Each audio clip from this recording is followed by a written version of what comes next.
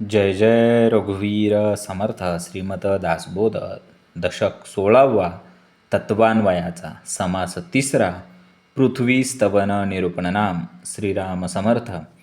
धन्य धन्य हे वसुमती, हिचा महिमा सांगू किती. प्राणी मात्रे तितुके राहती, तिच्या आधारे. जय सद्गुरू. श्रीमत दासबोधातील दशक 16वा आहे तत्वान्वयाचा आणि समास तिसरा आहे पृथ्वी स्तवन निरूपण. या दशकामध्ये समर्थांनी आत्तापर्यंत जे समास सांगितले आहे, प्रत्येक समासाची सुरुवात धन्य धन्य अशीच आहे. बघा ना, पहिला समास वाल्मिकी स्तवन निरूपण. धन्य धन्य तो वाल्मिक. दुसरा समास सूर्यस्तवन निरूपण. धन्य धन्य हा सूर्यवंश.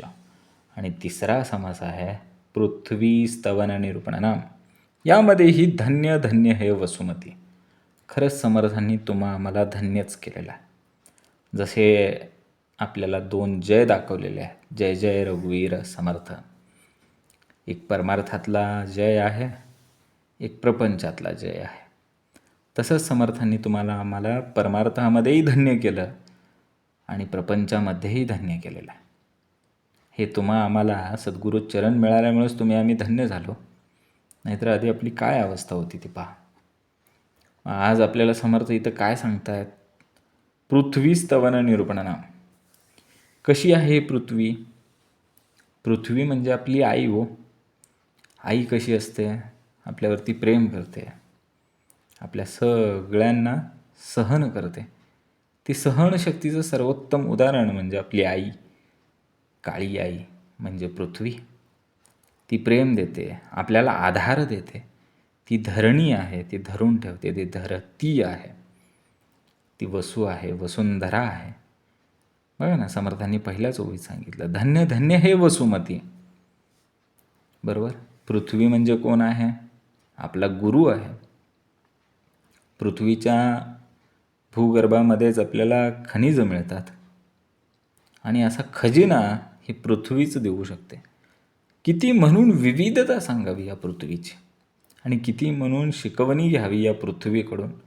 साक्षात दत्तात्रयांनी सुद्धा त्यांना गुरु मानलेला आहे. बघा, जर आपण गुरुचरित्र वाचलं असेल तर आपल्याला समजेल.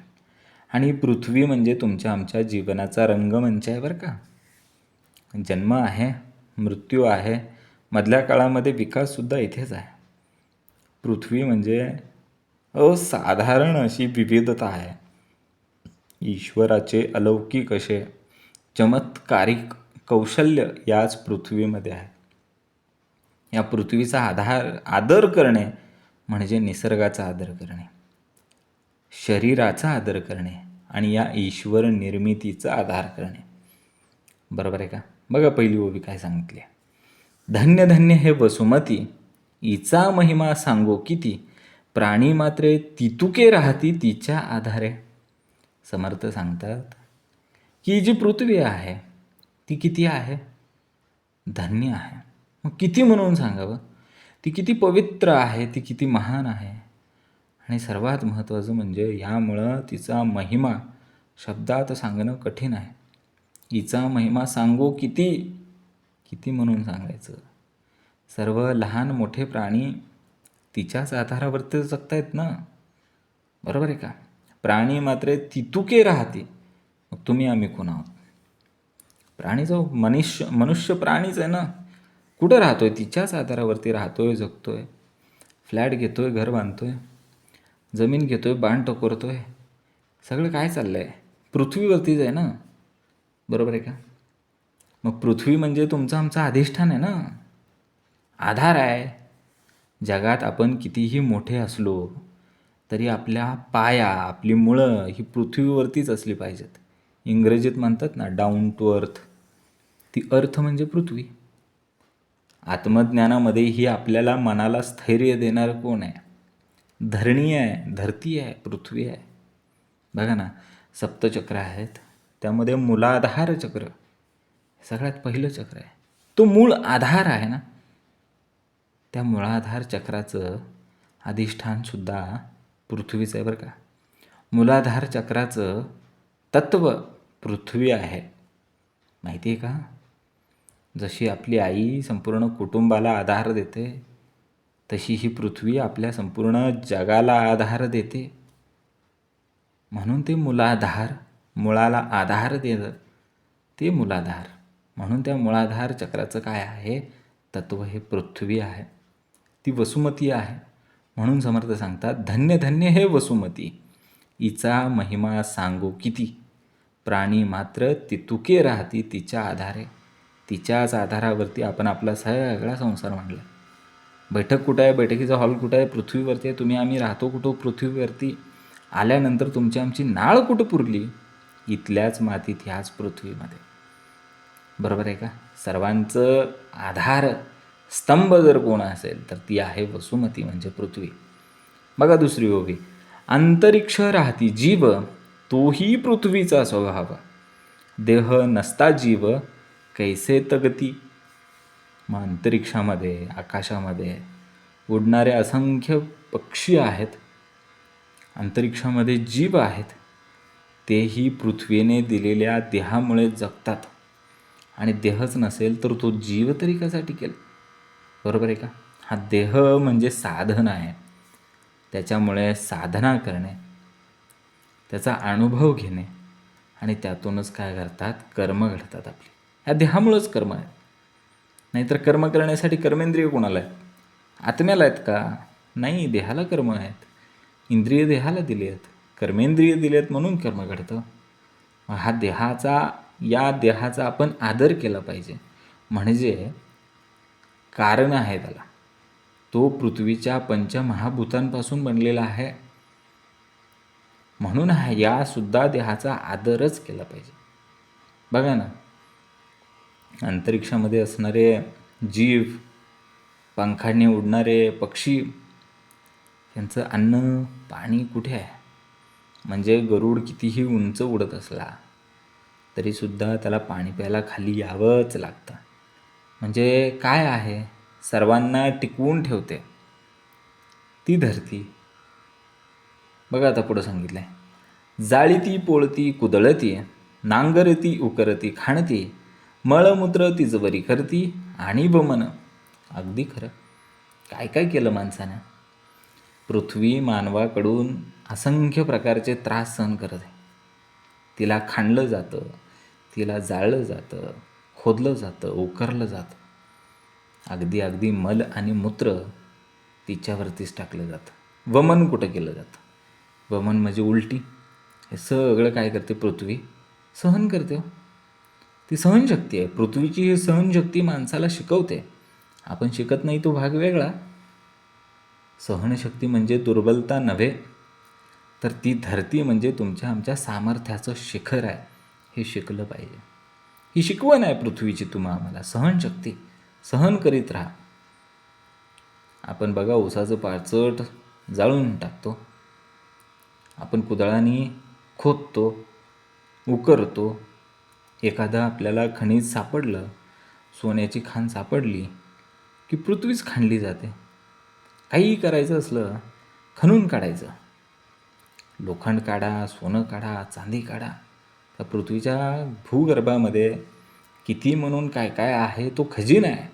त्याच्यासाठी मनुष्य काय करतोय? पृथ्वीला त्रास देतोय. तरीही पृथ्वी ते सगळं सहन करते आहे. आणि पृथ्वीनं हे आम्हाला शिकवलं आहे. सहनशक्ती काय असते? सहनशक्तीचं सर्वोच्च उदाहरण म्हणजे पृथ्वी आहे. ती तिच्या सामर्थ्याचं शिखर आहे बरं का. पृथ्वी तशीच आहे. बघा ना, आपल्यावरती टीका झाली तरी शांत राहणारा मनुष्य जास्त स्थिर असतो, मजबूत असतो. आणि पृथ्वी तशीच आहे.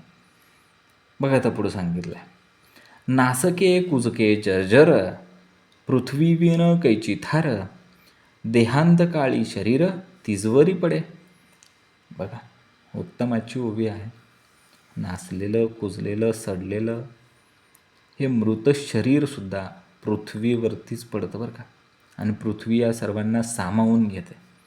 कधीही ती पृथ्वी कुणावरती मतभेद करत नाही, भेदभाव करत नाही, सर्वांना सामावून घेते. धारणच केलं हो, ती आई आहे तुमची आमची, काळी आई आहे. हा देह शेवटी पृथ्वीवरच परतो बरं का. जन्म पृथ्वीवरून, मृत्यूसुद्धा पृथ्वीवरच. हा देह क्षणभंगूर आहे आणि ह्या देहाच्या अंतरी असलेला आत्मा तो शाश्वत. मग या मृत शरीराला कोण जागा देत आहे? या मृत शरीराला भूमी देणं हे जीवनचक्राचा नियम आहे. जन्माला आला पृथ्वीवरती, नाळ पुरली पृथ्वीवरती, मृत्यू झाला, पंचतत्वात विलीन झाला, पृथ्वीवरतीच झाला. कुठं झाला अजून? बघा, बरे वाईट सकळ काही, पृथ्वी विन थार नाही, नाना धातू द्रव्य तेही भूमीचे पोटी.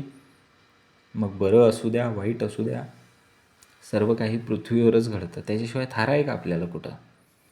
धातू, खनिज, सर्व संपत्ती कुठे आहे? पृथ्वीच्याच पोटात आहे. जगातील सर्व अनुभव, आनंद, दुःख, यश, अपयश हे पृथ्वीच्या पटांगणावरती घडतं. म्हणून जगाचा आदर करा, या पृथ्वीचा आदर करा. सोने, नाणे, चांदी, धातू, खाणी हे सर्व पृथ्वीवरती आहे. नाहीतर कुठे आहे? कुठून काढायचं हे सोनं? कुठून काढायची चांदी? घर बांधायला लोखंड कुठनं काढायचं? पृथ्वीतूनच मिळते ना. बघा आता, एकास एक संवारती, प्राणी भूमीवरी असती, भूमी सांडून जाती कोणीकडे. प्राण्यांचे संबंध, नातेसंबंध, व्यवहार हे सर्व पृथ्वीवरतीच आहेत. एकदा ही पृथ्वी सोडली की त्याचं अस्तित्व कुठं राहणार आहे? कुठंच नाही. मग हे जगातले नातेसंबंध हे तात्पुरते आहेत. मृत्यू म्हणजे पृथ्वीचा निरोप. त्या जगात पैसा चालत नाही बरं का. फक्त आणि फक्त कर्म चालतात. आपल्या कर्माचाच हिशोब राहतो शेवटी, पैशाचा नाही. बघा अजून काय काय पृथ्वीवरती. गडकोट पुरे पट्टणे, नाना देश कळती आटणे, देवदानव मानव राहणे पृथ्वीवरी. महाराजांचे गडकोट कुठे आहे? तो सह्याद्रीमध्ये आहेत. आणि सह्याद्री कुठे आहे? या पृथ्वीवरतीच आहे. सिंहगड, राजगड, तोरणा, सिंधुदुर्ग, रायगड, प्रतापगड, शिवनेरी असे महाराजांचे एक ना अनेक गडकोट आहेत. पुरे आहेत. कोल्हापूर, पंढरपूर, सोलापूर, नागपूर हे सगळे पुरे. पट्टणे, पट्टणे म्हणजे कुठली हो? हे कुठे येतं पट्टणे? पट्टण म्हणजे काय? विशाखापट्टणम आहे का? म्हणजे जिथून पृथ्वी संपते आणि पाणी लागतं, पाणी संपतं आणि पृथ्वी लागते, ते पट्टणम. आणि त्या पट्टणम या शब्दावरून काय आलं? पोर्ट आलं. पोर्ट. आता आपण म्हणतो मुंबई पोर्ट आहे, कोची पोर्ट आहे, चेन्नई पोर्ट आहे. ते पोर्ट जो आलेला शब्द आहे ना, तो पट्टण या शब्दापासून आलेला आहे. म्हणून समर्थांनी इथं दिलं आहे, गडकोट पुरे पट्टणे, नाना देश कळती आटणे. मग हे सगळे गडकोट, शहरं, मोठी मोठी शहरं आहेत. हे कुठे आहेत? पृथ्वीवरतीच आहेत. अजून कोण आहे पृथ्वीवरती? देव आहेत, दानव आहेत, मानव आहेत. या तिन्हींचं क्षेत्र पृथ्वीच आहे. पृथ्वी हे एक अधिष्ठान आहे की जिथं काय काय आहे? वैभव आहे. एवढी मोठं शहरं आहेत, वैभव आहे. महाराजांचे गडकोट आहेत, ते आपलं वैभव आहे. बघा, सत्ता आहे, वैभव आहे. याच पृथ्वीवरती कितीतरी युद्ध झाली, महाराजांच्या काळात झालीच की, मोहिमा झाल्या. हे सगळं पृथ्वीवरतीच झालेलं आहे. इतिहासातील जी सर्व साम्राज्य आहेत ती पृथ्वीवरतीच त्यांचा उत्कर्षही झाला आणि ती लयाला सुद्धा गेलेली आहेत. बरोबर आहे का? अजून काय आहे पृथ्वीवरती? नाना रत्ने हिरे परिस, नाना धातू द्रव्यांश, गुप्त प्रकट करावयास पृथ्वी विन नाही. रत्ने, विविध प्रकारची रत्ने, धातू, हिरे, खनिजे हे सर्व पृथ्वीच्या पोटातच आहे. बघा ना, जीवनातील खजिना आहे. समर्थांची कृपा, सद्गुरूंची कृपा, सद्गुरूंनी दिलेलं ज्ञान, सद्गुरूंनी आपल्याला बेसावधतेकडून सावधतेकडे आणलं, निनिवीतून जाणीवेकडे आणलं. तेही कसं आहे? अंतर्भूमीत आहे, म्हणजे मनातच आहे. हा सगळा जीवनातील खजिना आहे. कुठे आहे? कोळशातून हिरा तयार होतो, तसंच मनुष्य साधनेतून तावून सुलाकून उत्कृष्ट बनतो, उत्तमाचं बनतो. बरोबर आहे का? पृथ्वीशिवाय हे कुठंही घडू शकत नाही. हे खजिना जो आहे ना, हे खनिज फक्त नावाला आहे, त्याच्या मागं खजिना आहे, खजिना. पृथ्वीशिवाय नाही आणि सद्गुरूंशिवाय तुमच्या आमच्या जीवनामधला खजिना नाही. सद्गुरूंची कृपा, सद्गुरू चरण मिळणं, बैठक मिळणं हा खजिनाच आहे. बघा ना, समर्थांनी आपल्याला किती म्हणून उत्तमाचं केलेलं आहे. उपासना करून करून करून आम्ही आता उत्तमाचे बनलो आहोत. बघा आता पुढची ओवी. मेरू मांदाळ हिमाचळ, नाना अष्टकू काचळ, नाना पक्षी मच्छ व्याळ भूमंडळी. मेरू मांदार वसे मेरू मांदाळ हे सृष्टी लील आहे ना मनाच्या श्लोकामध्ये. ते मेरू आणि मांदार हिमालयासारखे पर्वत आहेत. असंख्य पशु आहेत, पक्षी आहेत, मासे आहेत, नाग आहेत, सर्प आहेत. हे सर्व काय आहेत? याच पृथ्वीचा भाग आहेत. ही पृथ्वी म्हणजे विविधतेचं घर आहे बरं का. विविधता म्हणजे विश्वाची शोभा. जंगलातले प्राणी, जीवनाचं वेगळेपण है ना, हे सगळं संतुलित ठेवलं समर्थांनी. एवढं विविधता असून सुद्धा त्यामध्ये एकता आहे. ती पृथ्वीवरती आहे, ही एकता आहे. बघा, नाना समुद्र पहिलीकडे, भोवते अर्णवेदाकडे, असंभाव्य तुटलेकडे भूमंडळाचे. समुद्रापलीकडे विशाल अशी पृथ्वी आहे. नाना समुद्रा पहिलीकडे, ह्या समुद्राच्या पलीकडे काय आहे? भोवते अर्णोदककडे. अर्णव म्हणजे समुद्र है ना. मग तिच्या सीमा तिरी अवघड, गूढ आणि अकल्पित आहेत बरं का. मनाची सीमासुद्धा तशीच आहे, असंभाव्य आणि अज्ञात. जगातील अनेक ठिकाणीही अजूनही आपण पूर्णपणे शोधलेली नाहीत, एवढं तर विशाल आहे, गूढ आहे, अवघड आहे, अकल्पित आहे. बरोबर का? आहे ना. ॲमेझॉनचं जंगल आहे, पूर्णपणे शोध झाला आहे का? 84 लक्ष जीव योनी म्हणतो आपण. आपल्या शास्त्रज्ञांना त्यापैकी किती मिळाली बरं? समर्थांनी इथं सांगितलं आहे, वरती दिलं ना, वरच्या समासामध्ये. मेरू मंदार, हिमालय असे पर्वत आहेत, असंख्य पशुपक्षी आहेत, मासे आहेत, नाग आहेत, सर्प आहेत, कीटक आहेत. मग ह्या समुद्राच्या पलीकडे ही ती विशाल पृथ्वी आहेच. आणि तिच्या सीमेवरती, तिच्या अंतरी अवघड, गूढ आणि अकल्पित असं अनेक रहस्यसुद्धा आजही आहेत, ते जे आपण पूर्णपणे शोधले गेलेले नाही आहात. बघा पुढे सांगितलं आहे, त्यामध्ये गुप्त विवरे, लहान थोरे अपारे, ते निबिड अंधकारे वस्ती कीजे. मग काय? पृथ्वीच्या पोटात असंख्य लहान मोठ्या गुहा आहेत, विवरं आहेत, खोल खड्डे आहेत. तिथे इतका निबिड अंधकार आहे की तिथं काहीच दिसत नाही. तरीही अनेक प्रकारचे जीव तिथे राहतात. आणि खरं आहे, त्या ॲमेझॉनच्या जंगलामध्ये एवढी दाट अशी वृक्ष आहेत, भली मोठी वृक्ष आहेत, शेकडो वर्षाची ती वृक्ष आहेत की त्या जंगलामध्ये सूर्यप्रकाश पृथ्वीवरती पडतसुद्धा नाही, अंधार असतो. तरीही तिथे ते जीव राहतात, पृथ्वीवरतीच बरं का. मग तसंच आहे तुमच्या आमच्या मनातसुद्धा अनेक अशी गुप्त विवरं आहेत बरं का. तुमच्या आमच्या मनामध्ये अशा सवयी आहेत, अशा भीती आहेत, असे काही संस्कार दडपलेले आहेत. आणि ते पाहण्यासाठी ज्ञानाचा प्रकाश लागतो बरं का. इथं अंधार असून जमत नाही. मग ह्या जंगलामधील गुहांमध्ये वटवाघळं असतात, साप असतात, कीटक असतात, नाना विविध प्रकारच्या या सगळ्या जीवांच्या प्रजातींच्या काय असतात, वस्तीच्या वस्ती तिथे असतात. बघा आता पुढे सांगितलं आहे, अर्णोदक ते अपार, त्याचा कोण जाणे पार, उदंड दाटले जळचर, असंभाव्य मोठे. हे अर्णव म्हणजे समुद्र. समुद्राचं पाणी कसं आहे? अनंत आहे. त्याचा शेवट कुणाला ठाऊक आहे का? त्यात असंख्य मोठमोठे जीव आहेत, जलचर आहेत बरं का. जलचर नाहीत माहीत आपल्याला. बघा ना, तुमचं आमचं समुद्र म्हणजे कसा? भावनेचं प्रतीक. आपल्या मनातील भावनांचे समुद्र असतात. त्यामध्ये काय काय असतं? राग असतो, प्रेम असतो, द्वेष असतं, दया असते, करुणा असते. त्याचा पार कोणाला सापडतो का? त्याचा अंत कोणाला सापडतो का? नाही सापडत. आहेत ना समुद्रामध्ये जीव. व्हेल आहे, शार्क आहे, ऑक्टोपस आहे.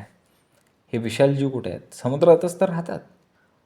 बघा, त्या जीवनास आधार पवन, निबिड दाट आणि घन, फुटो शकेना जीवन कोणेकडे.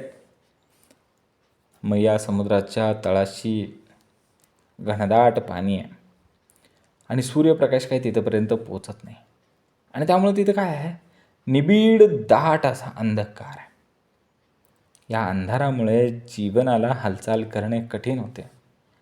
तरीही तेथील जीव, तिथे राहणारे जीव हे काय करतात? स्वतःचा मार्ग काढतातच. तसंच समर्थ सांगतात की परिस्थिती अत्यंत प्रतिकूल असली तरी आपल्याला जीव टिकतो, जीव टिकवता येतो. याला आपण जीवनशक्ती म्हणतो बरं का.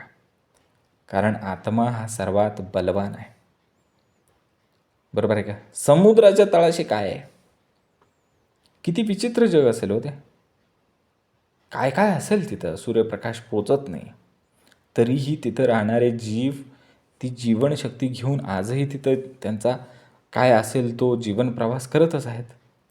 बघा आता पुढे सांगितलंय, त्या प्रभंजनासी आधार कठीणपणे अहंकार, ऐसा त्या भूगोळाचा पार कोण जाणे. मग पृथ्वीवर अनेक प्रकारची काय आहेत? वादळं येतात, वारं येतात, भूकंप येतात, सुनामी येतात. नैसर्गिक प्रकृती आहे. तिचा खरा स्वभाव आणि तिच्या सीमा जाणून घेणे अत्यंत कठीण आहे.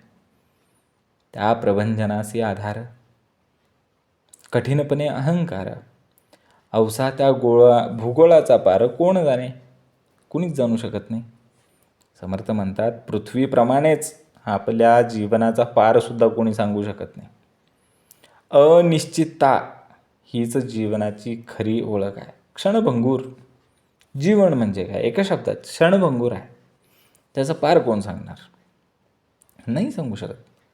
वादळांचा वेग वैज्ञानिक सांगतील हो.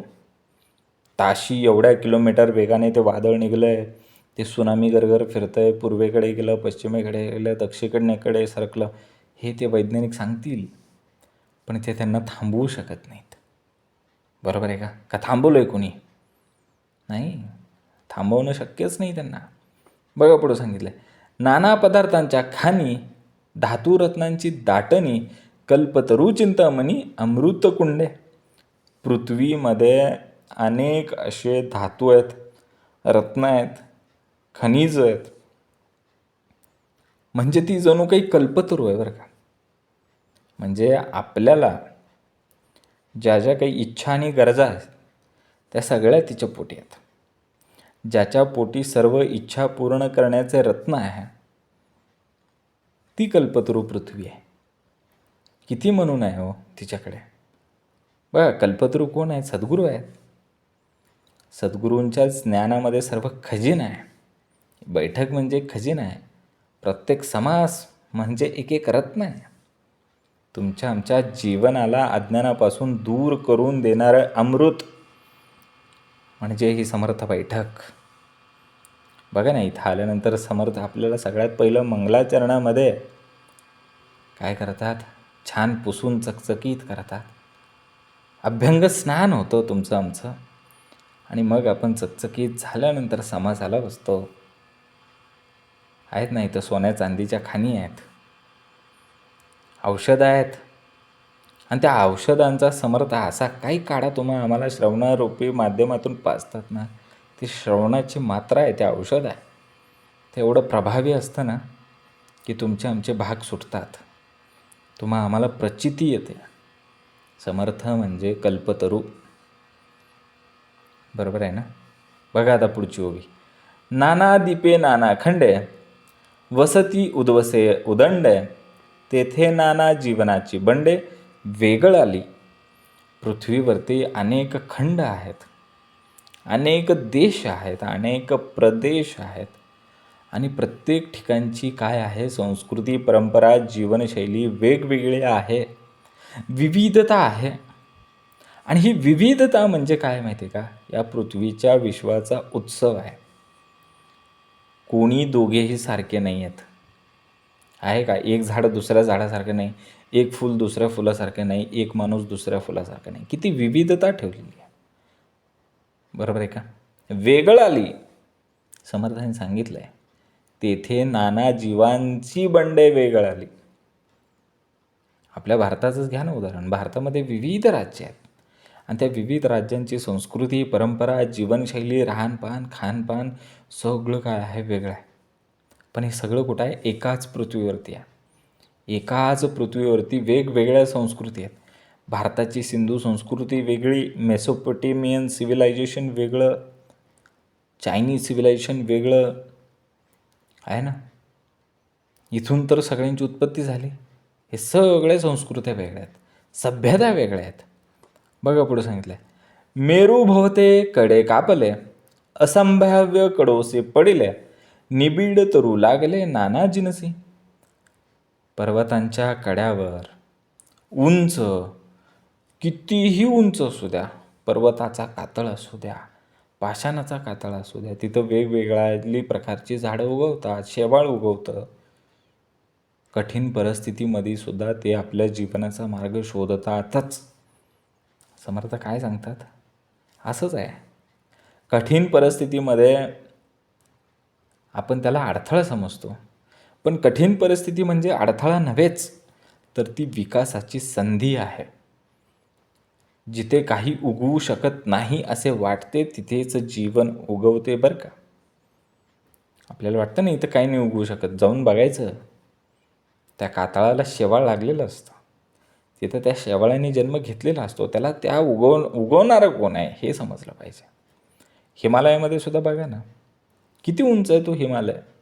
8 किलोमीटरपेक्षा सुद्धा 8.5 किलोमीटरपेक्षा समथिंग जास्त आहे तो. एवढ्या उंचीवरती सुद्धा विशिष्ट प्रकारच्या वनस्पती आजही टिकून आहेत की नाही. मग कठीण परिस्थिती म्हणजे काय? अडथळा नव्हे, विकासाची संधी. जिथे काहीच उगवू शकत नाही असं वाटतं, तिथेही जीवन उगवते हे स्मरणात राहिलंच पाहिजे. बघा सांगितलं पुढे, त्या सन्निध लोकालोक, तेथे सूर्याचे फिरे चाक, चंद्रादी द्रोणाद्री मैनाक महागिरी. मग जगाच्या विविध देशांमध्ये, विविध प्रदेशांमध्ये सूर्य, चंद्र, तारे वेगवेगळ्या प्रकारचे दिसतात. पर्वतांच्या सावल्यामुळे दिवस रात्र वेगळे भासतात. आपल्या आध्यात्मिक जीवनामध्ये कसं आहे? जगातील प्रत्येकाला सत्य आपापल्या दृष्टीने वेगळंच दिसतं बरं का. पण सूर्य तोच असतो, पृथ्वी तेच असते, सावल्या वेगवेगळ्या असतात. सूर्य कधी दक्षिणायनला जातो, कधी उत्तरायणला जातो. सावलीसुद्धा कधी कमी जास्त होते. दुपारची सावली आहे ना, ती दुपारची नाही. बघा, सकाळी वेगळी पडते सावली, दुपारी वेगळी पडते, रात्री वेगळी पडते. ध्रुव प्रदेशामध्ये नॉर्थ पोल, साऊथ पोल 6-6 महिने दिवस, 6-6 महिने रात्र असते. कशामुळे आहे हे सगळं? पृथ्वीमुळेच आहे ना. पृथ्वी 23.5 अंशामध्ये कललेली आहे, म्हणून ध्रुवामध्ये 6 महिने दिवस, 6 महिने रात्र असंच फिरणार आहे ते. बरोबर आहे का? बघा पुढची ओवी, नाना देशी पाषाण भेद, नाना जिनसी मृत्तिका भेद, नाना विभूती छंदबंद, नाना खानी. मग या पृथ्वीवर प्रत्येक प्रदेशामध्ये माती वेगळी, दगडं वेगळी, मातीचा रंग वेगळा, दगडाचे प्रकार वेगळे. कुठं मुरमाड माती असते, काळी माती असते, रेगूर माती असते, लाल माती असते, दगडं वेगळे असतात. कुठं कुठं नुसतं पाषाणच, काळा कळकळीत पाषाण असतो. त्यामुळेच विविध प्रकारच्या वस्तू, खाणी, धातू तयार होतात. त्यासाठी ते वेगळेपण आहे. तसंच प्रत्येक मानव, त्याची माती ही वेगळी आहे, त्याचा स्वभाव वेगळा आहे, संस्कार वेगळा आहे, त्याच्या वृत्ती वेगवेगळ्या आहेत. त्यामुळे तुलना निरर्थक आहे. बरोबर आहे. राजस्थानामध्ये वाळू असते, गोव्यामध्ये लाल माती असते, हिमालयामध्ये वेगळंच काहीतरी सापडतं. हे वेगळेपण आहे, हे वेगळेपण आहे. म्हणून त्या ठिकाणी वेगवेगळ्या प्रकारच्या वस्तू, खाणी, धातू तयार होतात आणि ते त्या भागामध्ये ते गरजेचंही असतं. बघा आता पुढं सांगितलं आहे, बहुरत्न हे वसुंधरा, ऐसा पदार्थ कैचा दुसरा, अफट पडिले सैरा वैरा जिकडे तिकडे. ही पृथ्वी बहुरत्न आहे, तिच्या इतकी संपत्ती कोठेही नाही. जिकडे तिकडे अफाट वैभव पसरलेलं आहे. जग भरलेलं आहे संधींनी, ज्ञानाने, शिकवणींनी. बोध घेणारा विद्यार्थी पाहिजे फक्त समर्थांना. खूप रत्न आहे त्या पृथ्वीवरती, अफाट संपत्ती आहे, जिकडे तिकडे वैभव आहे. बघण्याची दृष्टी पाहिजे. बैठकीला आल्यानंतर आपली दृष्टी आणि दृष्टिकोन दोन्ही बदललं. मग आपल्याला सगळीकडे संधी दिसायला लागली, ज्ञान दिसायला लागलं. एखादा भाग सुटतो, एखादी घटना घडते, अशी का घडते याचा बोध घ्यायला लागतो. आणि यासाठी समर्थाने आम्हाला दिला आहे तो दासबोध. बरोबर आहे का? जंगल आहे, समुद्र आहे, पर्वत आहे, प्रत्येकाचं वेगळेपण आहे. प्रत्येकाकडून काही ना काहीतरी शिकायचं आहे. सर्वत्र खजिना आहे बरं का, वैभव आहे, वैभव. घेण्याचं सामर्थ्य पाहिजे, घेण्याचा विवेक पाहिजे. तो बोध आहे, बोध. त्यासाठी वाचावा लागतो दासबोध. बघा आता पुढे, अवघी पृथ्वी फिरून पाहे, ऐसा प्राणी कोण आहे, दुजी तोलना नस आहे धरणीविषयी. संपूर्ण पृथ्वी पाहणारा एकही जीव नाही. अवघी पृथ्वी फिरून पाहे, ऐसा प्राणी कोण आहे. कोण आहे असा कुठला प्राणी की जो पूर्ण अवघी पृथ्वी फिरून आलेला आहे. पृथ्वीची तुलना कोणाशीच होऊ शकत नाही. दुजी तुलना नस आहे धरणीविषयी. या धरतीची, या धरित्रीची, या वसुंधरेची तुलना अन्य कोणाशी होऊ शकत नाही. पूर्ण सत्य समजून घेणारा कोणीही नाही. सगळ्यांकडे काही ना काहीतरी कमी आहे किंवा जास्तीच आहे, पण कुणीसुद्धा संपूर्ण सत्य समजून घेणारा नाही. आपण जगाचा फक्त एक भाग पाहतो, एक कोपरा पाहतो, संपूर्ण जग आपण पाहत नाही. बघा, नानावली नाना पिके, देसोदेसी अनेके, पाहो जाता सारख्या सारखे, एकही नाही. मग काय आहे? भिन्नता आहे. भिन्न देशांमध्ये भिन्न झाडे, भिन्न पिके, भिन्न फळे दिसतात. एकही गोष्ट एकसारखी दिसत नाही, भिन्नच दिसणार. निसर्ग विविधतेला प्रोत्साहन देतो. समानता ही मानवी आग्रह आहे, निसर्गाचा नियम नाही. निसर्गामध्ये विविधता आहेच आहे. बघा ना, भारतामध्ये आंबे आहेत, आफ्रिकेमध्ये खरबूज आहेत, युरोपामध्ये बेरी आहे की नाही. बरं, भारतामध्ये जे सफरचंद हिमालयात येतं ते महाराष्ट्रात येत नाही, ते कर्नाटकात येत नाही. आणि जे केरळमध्ये येतं, मसाले आहेत वेगवेगळे, ते काही येतात का हिमालयामध्ये? नाही, ते वेगवेगळं आहे. भिन्न प्रदेशामध्ये भिन्न झाडे येतात, त्या भिन्न झाडांना भिन्न फळे येतात. बरोबर आहे का? एकही गोष्ट सारखी नाही आहे.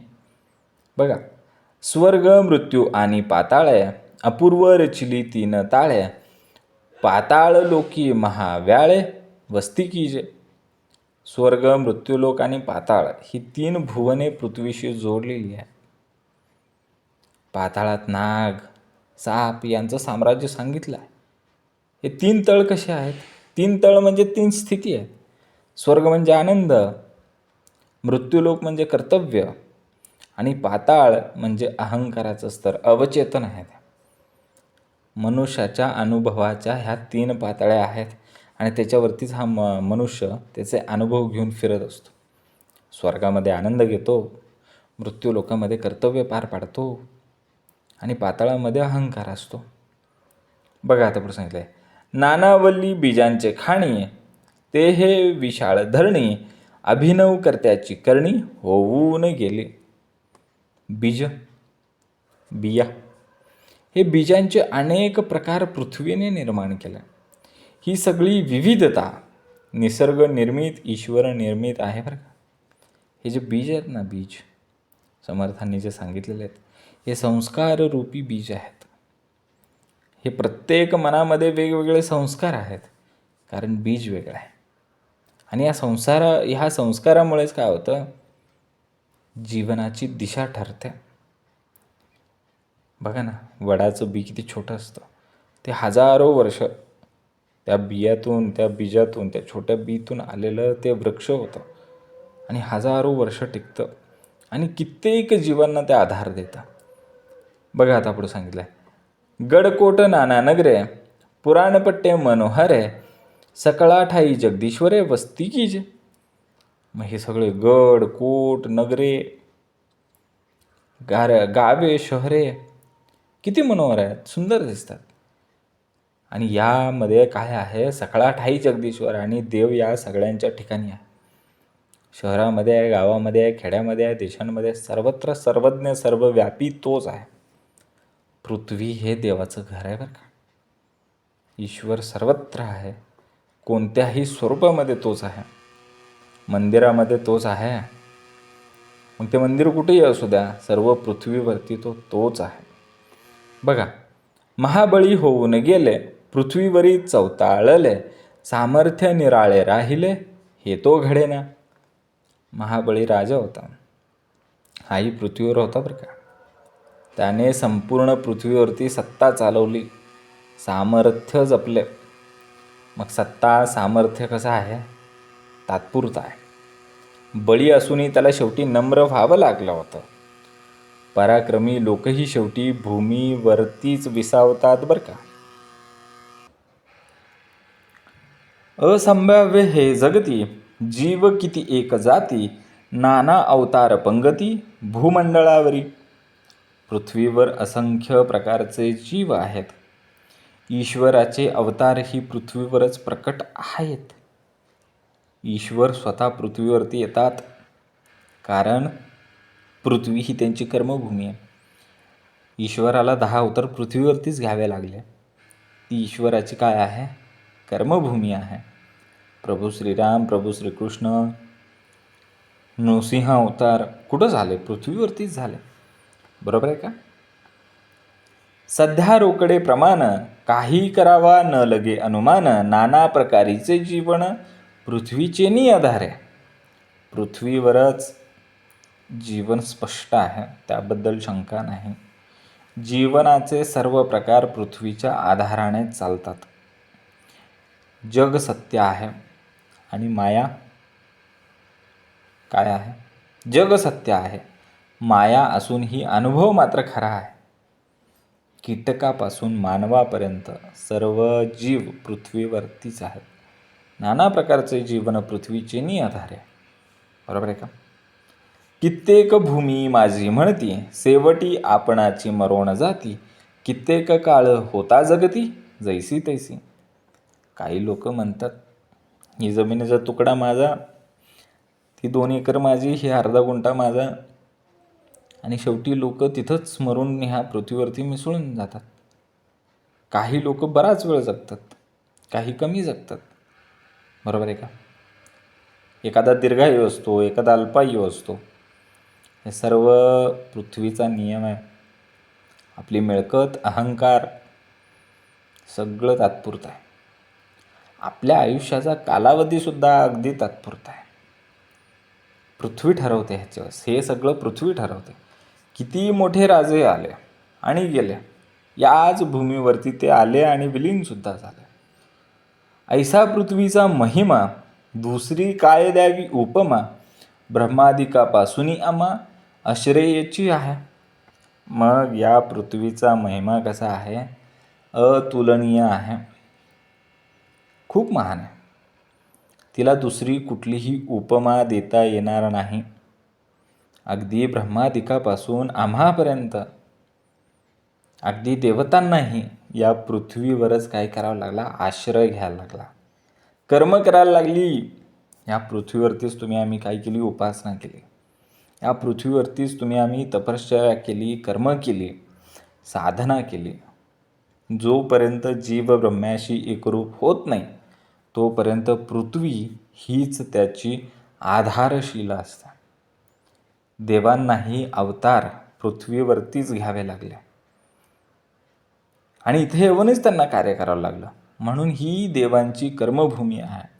यातूनच पृथ्वीचं महत्त्व सिद्ध होतं.